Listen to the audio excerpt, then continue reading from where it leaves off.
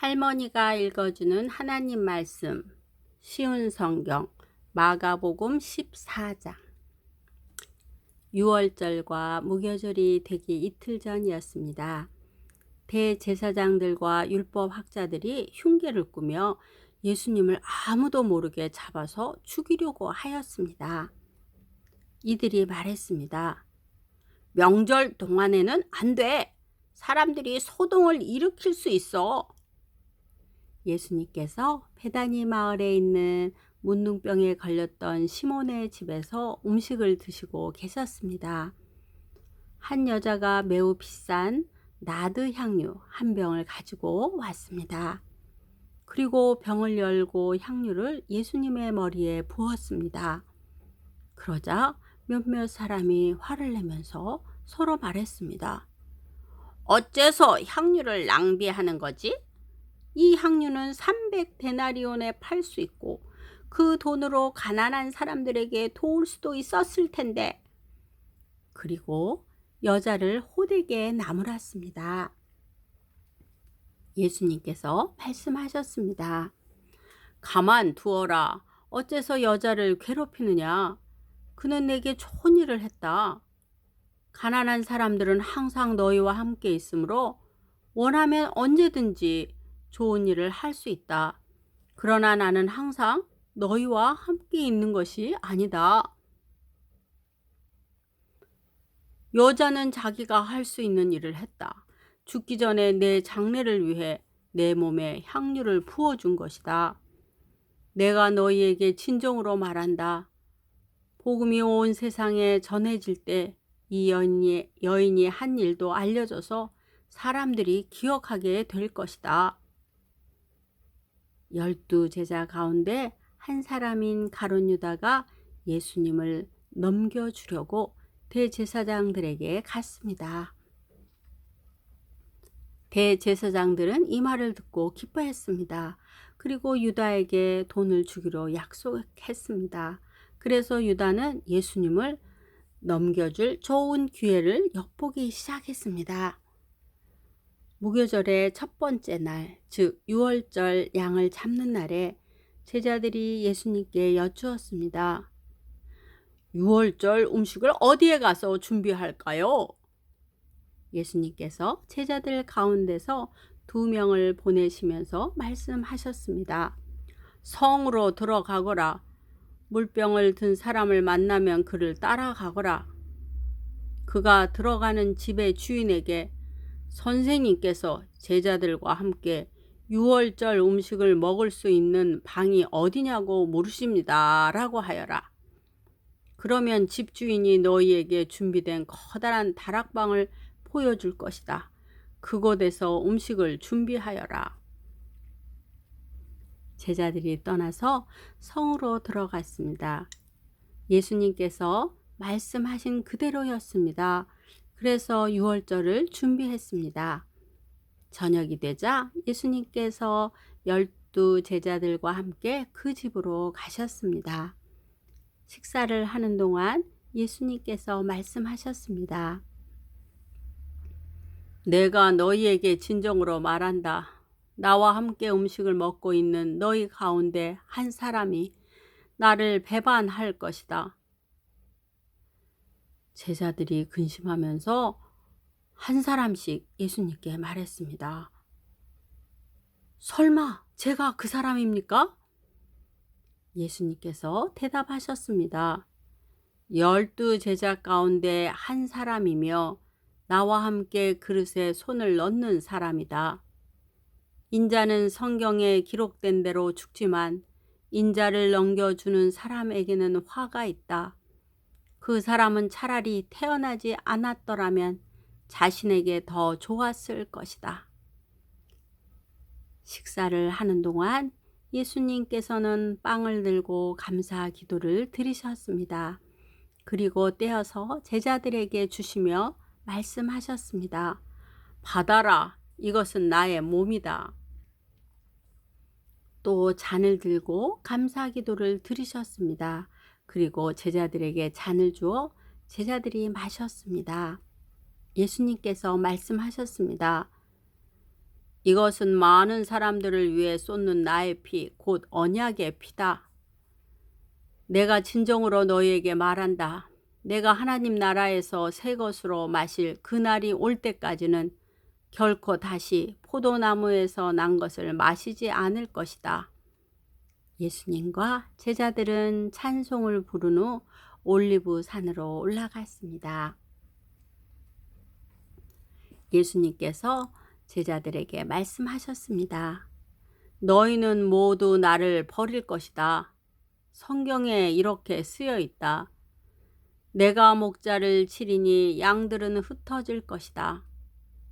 그러나 내가 살아난 후 너희보다 먼저 갈릴리로 갈 것이다. 베드로가 말했습니다. 모두가 버릴지라도 저는 그렇지 않을 것입니다. 예수님께서 대답하셨습니다. 내가 너에게 진정으로 말한다. 오늘 밤 닭이 2번 울기 전에 내가 나를 모른다고 3번 말할 것이다. 베드로는 강조해서 말했습니다. 주님과 함께 죽을지언정 결코 모른다고 하지 않을 것입니다. 다른 모든 제자들도 같은 말을 했습니다. 예수님과 제자들이 겟세마네라고 하는 곳으로 갔습니다. 예수님께서 제자들에게 말씀하셨습니다. 내가 기도하는 동안에 여기 앉아 있어라. 예수님께서는 베드로와 야고보 그리고 요한을 데리고 가셨습니다. 예수님께서는 매우 근심하며 괴로워하셨습니다. 예수님께서 말씀하셨습니다. 내 영혼이 심히 괴로워 죽을 지경이다. 여기서 머무르면서 깨어 있어라. 예수님께서 조금 더 가셔서 땅에 엎드리셨습니다. 그리고 할 수만 있다면 그때가 지나가 버리기를 기도하셨습니다. 예수님께서 기도하셨습니다. 아버지, 아버지께서는 모든 것을 하실 수 있으시니 이 잔을 없애 주십시오. 그러나 제 뜻대로 하지 마시고 아버지의 뜻대로 하십시오. 예수님께서 제자들에게 오셔서 자고 있는 것을 보시고 베드로에게 말씀하셨습니다. 시몬아, 자고 있느냐? 나와 함께한 시간도 깨어 있을 수 없더냐? 시험이 들지 않도록 깨어 기도하여라. 영은 원하지만 몸이 연약하구나.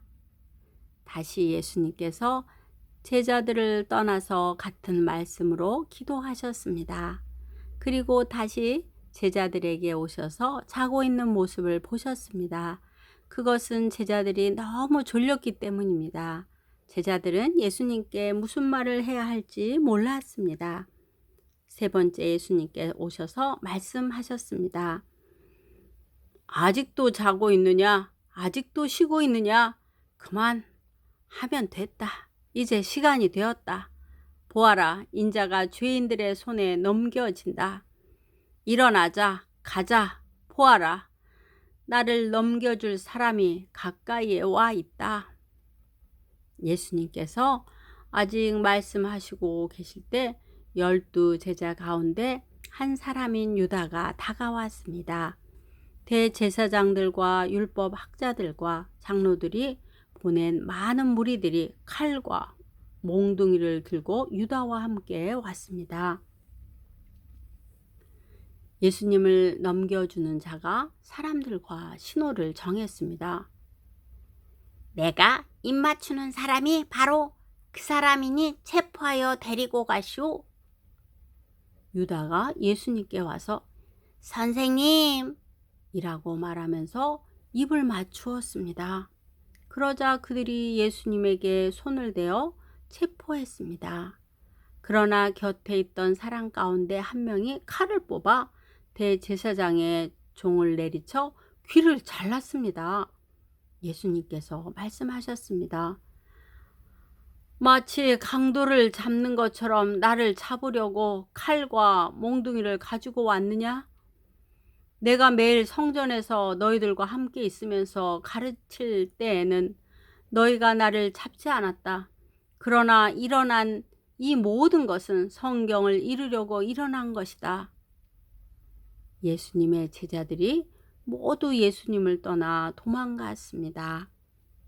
어떤 젊은 사람이 맨몸에 홑 이불을 걸친 채 예수님을 따라가고 있었습니다. 사람들이 그를 잡았습니다. 그러자 홑 이불을 벗어 던진 채 벌거벗고 도망쳤습니다. 사람들은 예수님을 대제사장에게로 데리고 갔습니다. 그러자 대제사장들과 장로들 그리고 율법학자들이 모두 모여들었습니다. 베드로가 멀찍이 예수님을 따라와서 대제사장의 공간 마당으로 들어갔습니다. 거기서 불을 쬐면서 경비원들과 함께 앉아 있었습니다. 대제사장들과 모든 유대의 회원들이 예수님을 죽이려고 고소할 증거를 찾으려 했습니다.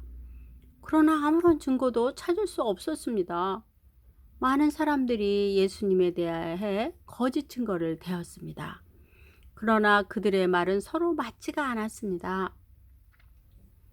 어떤 사람들이 일어나서 예수님에 대해 거짓 증언을 하였습니다. 우리는 이 사람이 내가 손으로 지은 성전을 헐고 3일 만에 손으로 짓지 않은 다른 성전을 세우겠다고 하는 것을 들었습니다. 그러나 그들의 증언은 서로 맞지 않았습니다. 대제사장이 일어나 그들 앞에 서서 예수님을 신문했습니다. 아무 대답도 하지 않을 것이요? 이 사람들이 당신에게 불리한 증거를 대고 있지 않소? 그러나 예수님께서는 묵묵히 아무런 말씀도 하지 않으셨습니다. 다시 대제사장이 예수님께 질문을 던졌습니다. 당신이 찬양 받으실 분의 아들 그리스도요? 예수님께서 대답하셨습니다. 그렇다. 인자가 전능하신 분의 오른쪽에 앉아 있는 것과 하늘에서 구름을 타고 오는 것을 볼 것이다. 대제사장이 자기 옷을 찢으며 말했습니다. 무슨 증인이 더 필요하겠는가? 너희는 하나님을 모독하는 소리를 들었다. 너희는 어떻게 생각하느냐? 그러자 모두가 예수님을 사형시켜야 한다고 했습니다. 어떤 사람들은 예수님께 침을 뱉기 시작했습니다. 또 예수님의 눈을 가리고 주먹으로 때리면서 말했습니다. 예언자처럼 누가 너를 때리는지 맞춰보아라. 경비원들도 예수님을 끌고 가서 때렸습니다. 베드로가 공간의 아래쪽에 있을 때 어떤 대제사장의 여자종이 왔습니다. 베드로가 불을 쬐고 있는 것을 보고 노려보며 말했습니다. 당신은 나사렛 예수와 함께 있었던지요? 당신도 나사렛 예수와 함께 있었지요? 베드로는 부인하며 말했습니다. 내가 무엇을 두고 말하는지 모르겠다. 그리고 베드로는 입구 쪽으로 옮겨갔습니다. 그때 닭이 울었습니다. 또 여자종이 베드로를 보고 다시 한번 거기 있던 사람들에게 말했습니다. 이 사람도 예수와 한패예요. 다시 베드로가 부인했습니다. 잠시 후에 거기 있던 사람들이 베드로에게 말했습니다. 확실히 당신은 예수와 한패요. 당신은 갈릴리 사람이니까. 베드로는 저주하며 맹세하였습니다. 당신들이 말하는 사람이 누구인지 나는 모르오.